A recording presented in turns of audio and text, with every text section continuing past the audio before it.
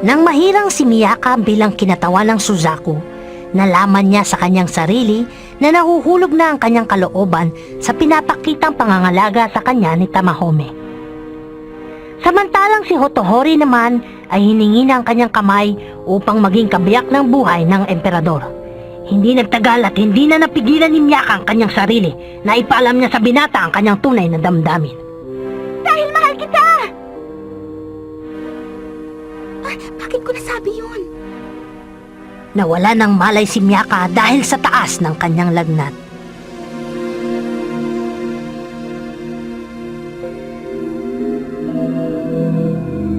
Sanga-sangang damdamin.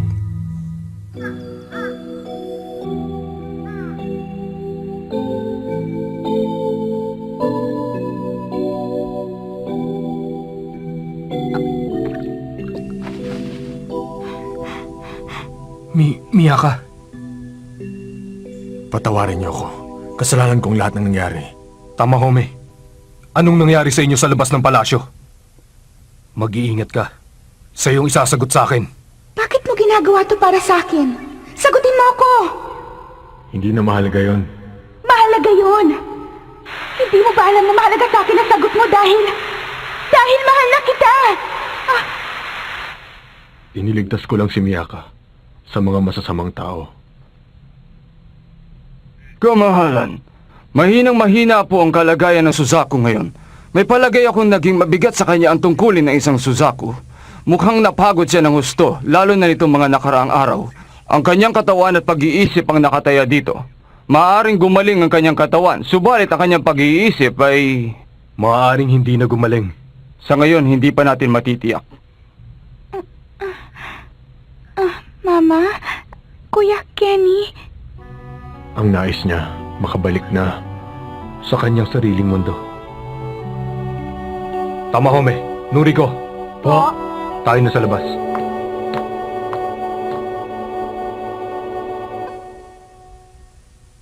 Kailangan may gawin tayo para sa kanya. Dahil baka kung anong mangyari kay Miyaka. Sa kasong ito, sa palagay ko'y dapat ibalik na natin siya sa pinanggalingan niya. Huwag ka magbiro, Noriko! May katwiran siya. Subalit sinong nakakaalam ng daan? Si Taikun! Si Taikun? Tama. Si Taikun ay isang dakilang guro na naninirahan sa bundok ng Taikyoku. At siya ring nagbigay sa atin ng aklat ng langit at lupa. Maaaring alam niya kung paano maibabalik si Miyaka sa kanyang mundo.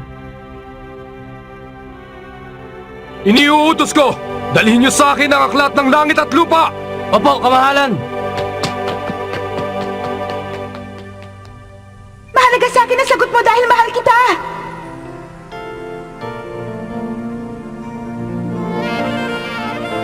Patawad, hindi tayo pareho ng nararamdaman. Tamahome. Teka, nasan ako? Oo nga pala, nasabi ko kay Tamahome na nakakahiya. Paano ko pa siya mahaharap ngayon? Ngayong alam kong hindi niya pala ako mahal. Sino yan? Miyaka, Hotohori? kumusta na? Okay, medyo napagod lang ako. Huwag kang mag-alala, Miyaka. Nakahanap na kami ng paraan para maibalik ka sa iyong mundo. Talaga? Kailangan lang nating pumunta kay Taikun. Kay Taikun? Upang maibalik ka sa iyong mundo, wala nang ibang paraan kundi pumunta sa bundok ng Taikyoku, kung saan nakatira si Taikun. Walang nakakapunta sa bundok na ito, maliban sa 7 tagapagtanggol ng Suzaku. Malayo ang lugar na yon, pero sa tulong ni Tamahome at Noriko, dadalhin kita doon. Pero pag nawala ako, hindi ba malalagay sa panganib ang buong imperyo ng Conan? Ako nang bahalang mag-alala tungkol sa imperyo ng Conan. Ang mahalaga ay mapabuti natin ang iyong kalusugan ngayon. Hotohori, Pero sana, ipangako mo muna sa akin. ipangako? Pag mabuti na iyong kalusugan, ipangako mo sa akin na magbabalik ka sa aming mundo, Miyaka. Para sa imperyo at sa aking kapakanan. Hotohori, talaga palang mahal niya ako. Sayang, babalik na ako sa aming mundo. At doon, makakalimutan ko na si Tamahome. Kailangan ko nga palang humingi sa kanya ng paumanhin para sa mga nasabi ko ng isang araw dahil inabala ko siya ng gusto.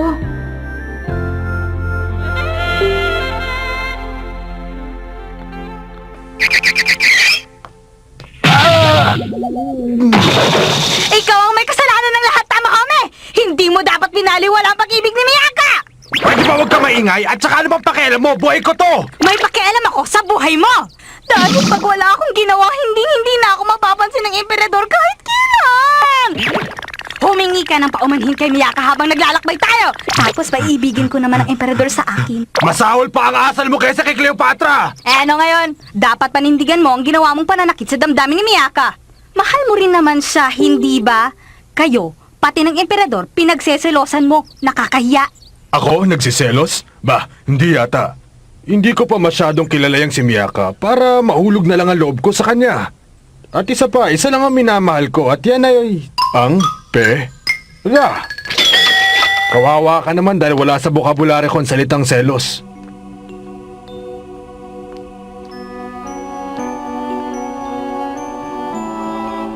Wala ba talaga?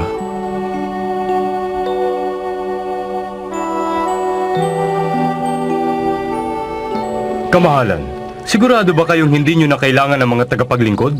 Hindi na. Ako ang pinuno ng imperyong ito.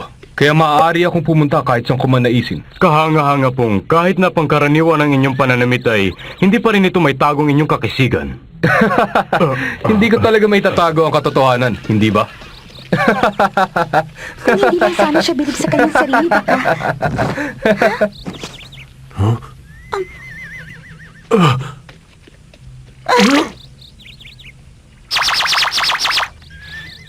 Bubunutan ko ng kilang dalawang to eh! Kayo na munang bahala sa imperyo.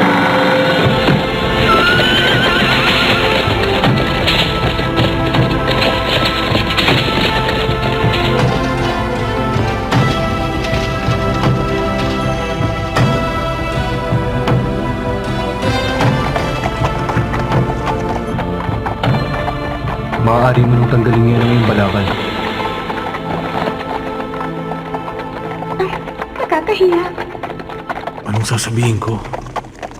Naman, masyadong tahimik. Dapat siguro may sabihin ako nakakatawa. Anong tawag sa dalawang hari at dalawang reyna? E di 2 pairs?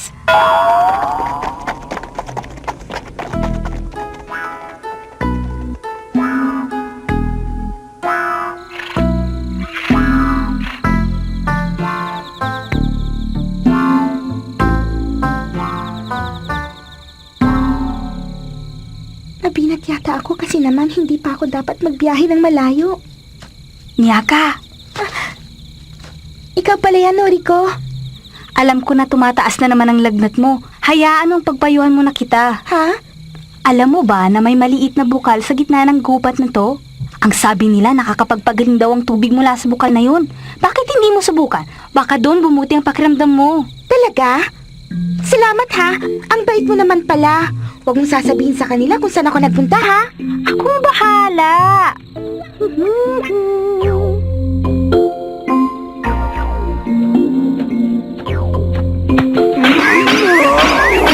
Ano bang kasalanan ko sa'yo, Noriko? May pinasasabi si Miyaka. Tagpuin mo raw siya sa bukal sa gitna ng kakahuyan. Ano, ba't ko gagawin yun? Kung maginugang talaga, hindi mo ipapayang isang dalaga. Di ba?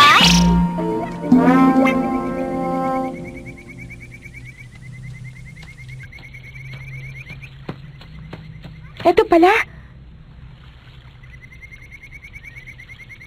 Pag magaling na ako, hindi na ako magiging pabigat sa kanila.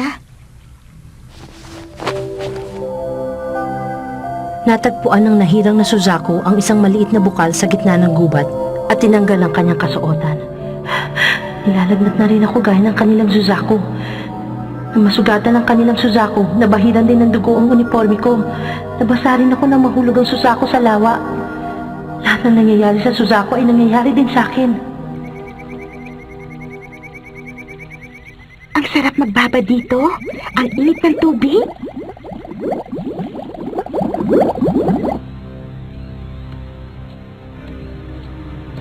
Sasabihin ko na lang na napadaan lang ako dahil hindi pa ako makatulog.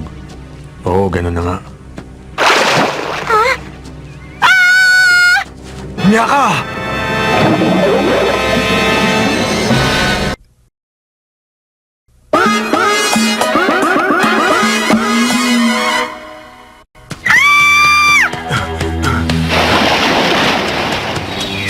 Miyaka! Tumabi ka!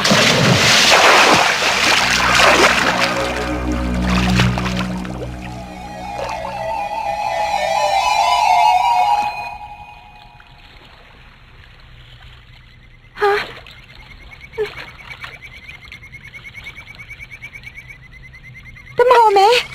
Tamahome! Tamahome! Nasaan na siya? Pagkapatay na si Tamahome. Nakain ng malaking ahas si Tamahome! Patay na siya! Buhay ako, hindi pa patay. Tamahome? Ito ba ang sinasabi mong malaking ahas? Eh, isang piraso lang itong kahoy na lumulutang-lutang eh. Ganun ba? Pasensya ka na ha? Wala naman ako nakita eh.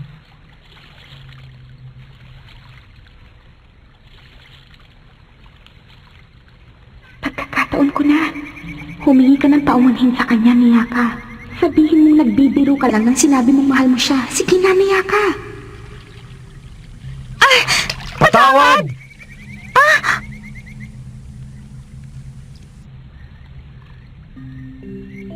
Patawarin mo ako dahil nasaktan kong damdamin mo nang hindi ko sinasadya. Noon lang kasi ako nasabihan ng isang babae na mahal niya ako. Hindi ako makapaniwala. Hindi ko nga alam kung anong dapat kong sabihin sa'yo noon eh.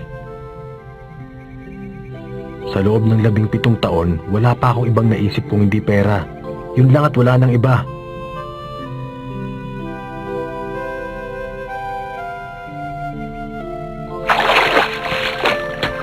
Hayaan mo, hindi ko pa rin tatalikuran ang tungkulin ko sa'yo. Sasamahan kita kay Tycoon. Sana tuluyan ka ng gumaling. Tamahome.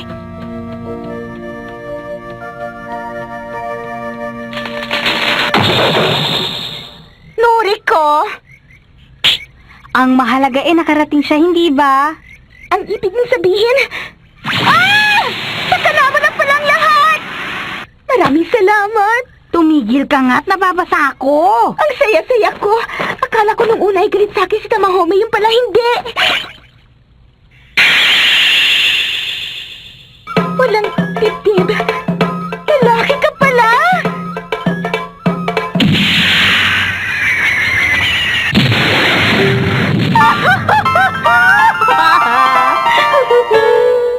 Mabuti nga at nalaman mo na rin. Oo, lalaki ako. Wala ka namang pakialam doon. Meron. Hindi ko maintindihan. Lalaki ka pero gusto mo si Hotohori na lalaki din. Pati si Tamahome gusto mo agawin? Hindi mo ba alam na pagdating sa pag-ibig pantay-patay na tayong lahat? Naku, pag di ka ba naman nakapagpigil, oo? Hindi ko na tuloy alam kung makakarating ako kay Taiko ng matiwasay. Siya pala ang nahirang nasusako ha. Tingnan natin. Hindi mo ako maaring maabot ng hindi mo na dumadaan sa aking mga pagsubok.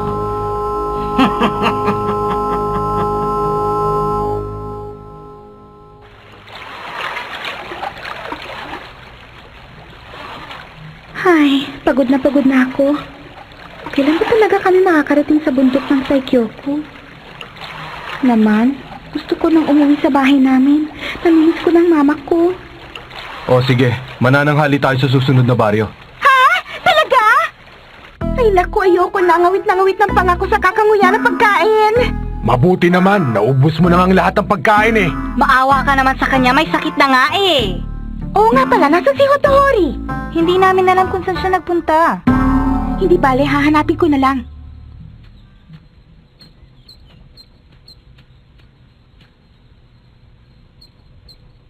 Hotohori? Hotohori, anong ginagawa mo dyan? Wala naman. Tinitingnan ko lang ang bundok. Sa tuwing nakakakita ako ng ganitong tanawin, nawawala ang aking mga suliranin. Sorry ha, nakalimutan ko na bilang emperador, marami ka nga palang tungkulin na ginagampanan. Karoon din ako noon, bago ako makarating dito sa mundo nyo, wala akong inisip kundi yung entrance exam ko sa college. Araw-araw nagsisikap ako para makapasa sa mahirap na pagsusulit. Gusto kong matuwa sa akin ang mama ko. Dahil para sa nanay ko naman ang ginagawa ko eh. Nanay? 14 na taon ako noon na mamatay ang aking ama. At ako na ang humalili sa kanya. Bata pa ako noon, kaya't ang aking ina nagpatakbo ng lahat ng nararapat gawin upang maayos ang pamamahala sa imperyo. Hindi nagtagal at iniwan niya na rin ako. At sa aking puso ay naghari ang matinding kalungkutan. Marami akong tagapaglingkod at mga ministro na tumutulong pa rin sa akin. Subalit hindi pa rin maalis ang lungkot sa aking puso hanggang sa natagpuan ko na lang ang sarili ko na para bang isang ibon na nakakulong sa isang malaking hawla.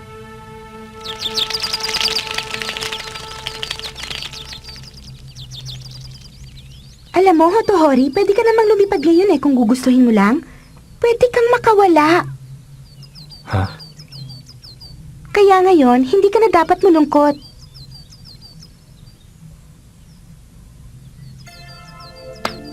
Napakabuti mo, Miyaka. Palagi kang masayahin. Malaya. Puno ng sigla. Naman, bakit ganito? Bakit ganito kabilis ang tibok ng puso ko? Sana ikaw na ang makasama ko sa habang buhay.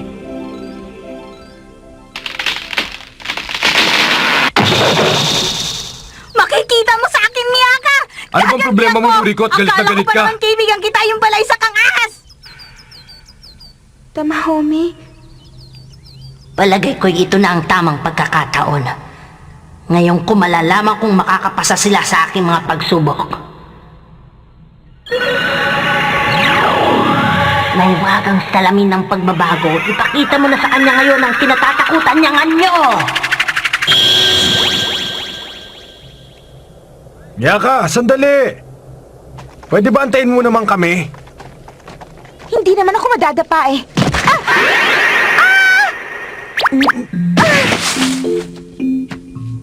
Halika na, matigas kasi ulo mo eh. Nakitaan mo ako! Wala naman ako nakita eh. Sinungaling! Hindi ba ganito rin ang nangyari nung isang araw sa bukal? Ano ngayon?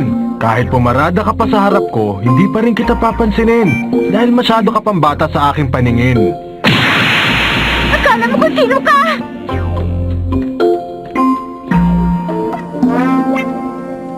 Noriko, wala ka bang napapansing kakaiba ngayon?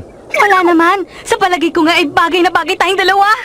Hindi yan ang tinutukoy ko. Nakapagtataka. Parang naging maulap ang dinadaanan natin. Oo nga no. Napapansin ko na parang paikot-ikot lang tayo dito sa lugar na to.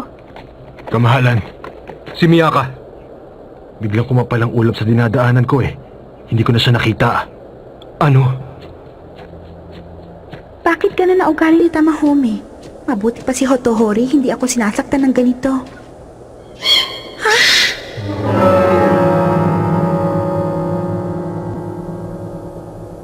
Nasaan na kaya sila? Teka, naligaw na yata ako ah. Ha? Alam ko ang amoy na yun ah. Hindi ko makakalimutan na amoy ng fillet steak na may kasamang cream sauce, tapos vegetable soup at saka tuna salad. May naaamoy din ako spaghetti with meat sauce. At ang panghuli, ang panghimagas sa blueberry sherbet. Tama ako!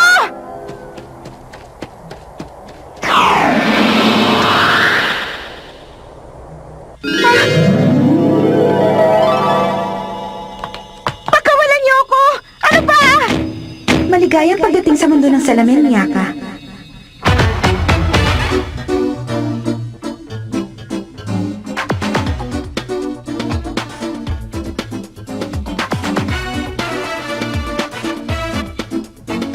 Teka, sino ka ba? Ang hindi niya alam, may isa pang Suzaku no Miko na nagtatago sa likod ng salamin. Isang Suzaku na kakaiba sa kanya. Bahagya itong ngumiti at sinabing,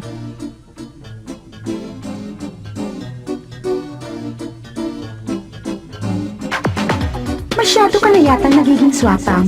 Nahihiya na tuloy ako sa sarili ko. Ha?